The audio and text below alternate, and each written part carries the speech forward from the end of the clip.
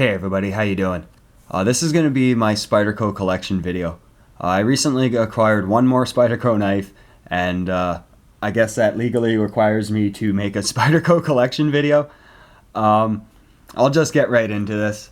The first knife I experienced from Spyderco, like a lot of us, was the Spyderco Tenacious. A really affordable but really awesome knife overall. Really comfortable in hand, really awesome to use, it performs really well, really sturdy liner lock. You see how thick that is. Lockup's awesome on this knife, no blade play whatsoever. It took a while for this one to smooth out, but now it's really nice and smooth. Flicks out no problem.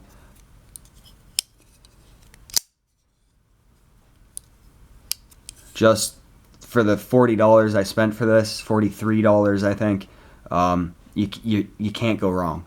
And repeatedly that's what you hear about this knife, is that for the money it really can't be beat. Centering on it is just about perfect. Just the overall design of Spyderco knives is why a lot of people, including myself, purchase a lot of them. So going from the Spyderco Tenacious here, I really wanted to try something more, I don't want to say expensive, but more expensive than the Tenacious. So I ended up going with the Spyderco Manix 2, a real big step up in overall quality and performance. The S30V blade opposed to the 8CR13 blade. The ball bearing lock just being an overall better design in my opinion, stronger design. This knife is absolutely smooth. The way this closes and opens is perfection in my mind. If you seen there, if I don't let go of the ball lock just in time, it will smack against the blade stop and bounce out. That's how smooth it is. Flick it open really easy, closes very easy, very user-friendly knife. The only hit I would give this knife would be the actual weight of it.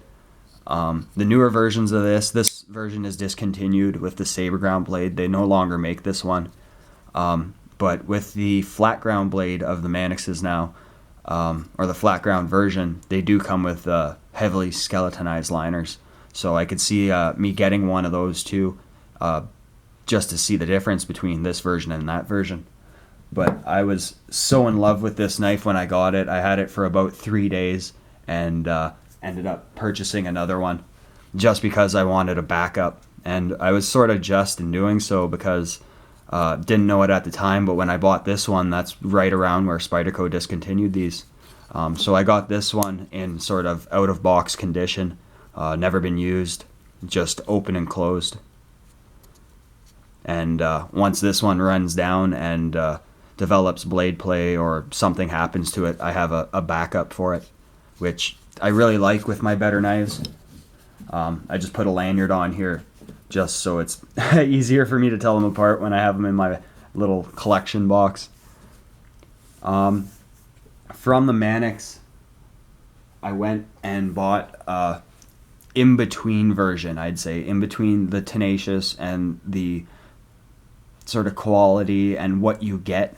I would consider the Delica right in between there. So that's sort of where I'll put it for this video.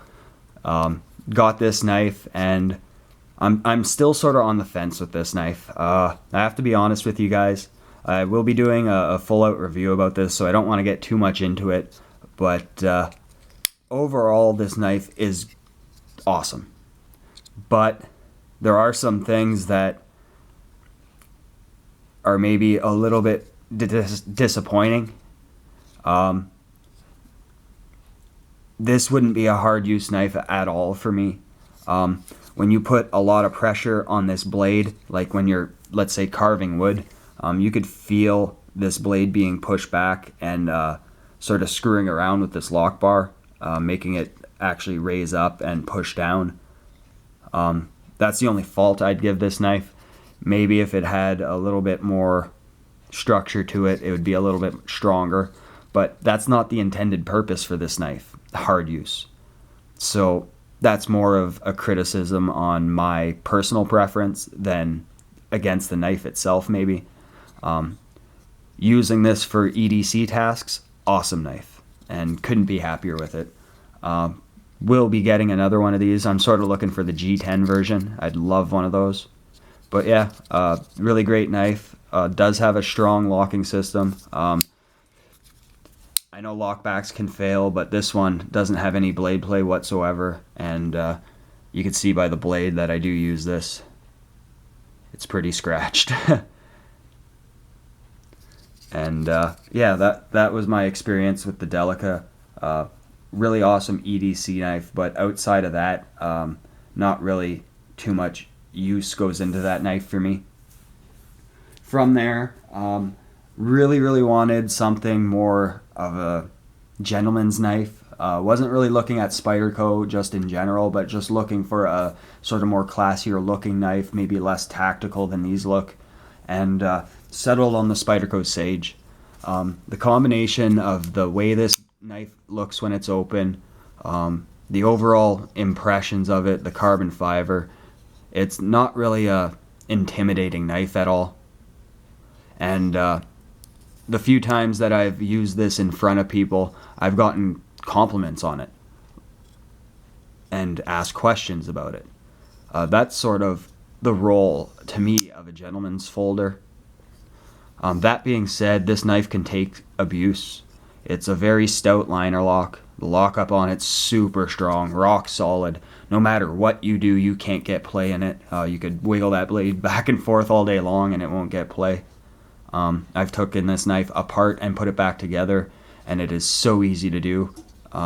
Never in my life have I ever taken apart and put together a knife with at least hassle as this one. This is, in general, just one of my favorite knives to date. The smoothness of the action on it, very smooth. I've heard some people complain about being able to feel the detent when you open it against that sort of Taichung satin. You can see those vertical lines. But I guess mine has broken in because I played with it a lot. And the actions on it super smooth. Closing super smooth. Just all around comfortable knife. And like most people who are into Spyderco knives and have at least one or two of them, it's fair to say that the knife that you want to get by Spyderco would be the Paramilitary 2. Searching for 2 years for this knife, guys, and then finally found this one here from Warriors and Wonders. Got this in hand and knew immediately why everybody loves it. The thinness of this knife, at least in the handle, the way it feels, the way it just operates, opening and closing. Just an overall ideal knife in general. So when I first got this in hand, guys, I was absolutely impressed with it. Like most of the knives by Spyderco, when I get them in hand, that initial honeymoon phase is just absolute love, and it tends not to wear away.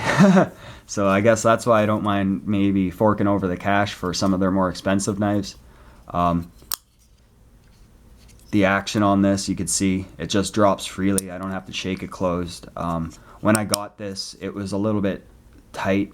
I just basically opened it and used it, and it broke in.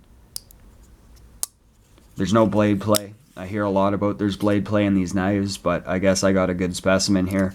There's no up and down, no side to side, no matter how hard I move that blade back and forth. The detent on this one's very strong. It takes enough force to break that detent, but that makes for really easy Spidey flicks.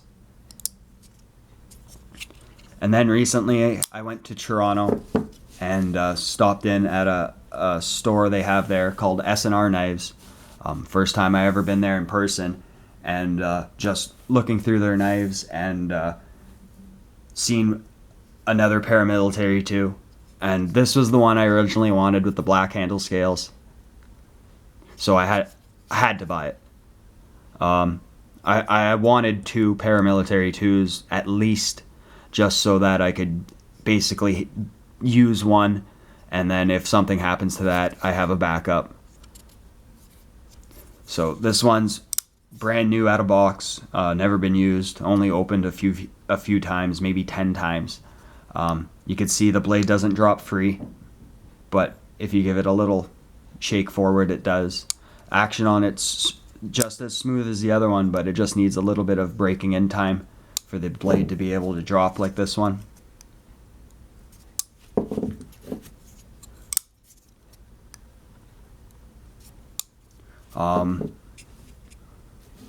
So yeah, that's my Spyderco collection. 2 paramilitary 2s, a Sage 1, 2 Spyderco Manix 2s with the saber ground blades, both S30V, a Delica with the brown FRN handles, and a Tenacious. A few knives that I know for sure that I want to get from Spyderco in the future would be the Yojimbo 2. Super awesome knife with the compression lock. I wish, like a lot of people, that Spyderco would put more compression locks on their knives. I could see like a Sage with a compression lock, a Delica with a compression lock. Well, maybe not a Delica since it's a back lock, but you guys know what I'm saying. I really do want to get a native 5 with the G10 scales, S35 VN steel.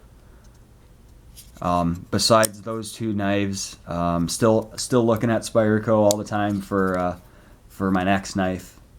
It's fair to say that this is my favorite company and my favorite user knives, and I really don't mind paying the price for a good quality knife that I could use. So I hope you enjoyed this video, guys, and once I get a couple more of these, I'll update my Spyderco collection for you. And till then, take care, have fun, and we'll see you on the next one, guys. Bye.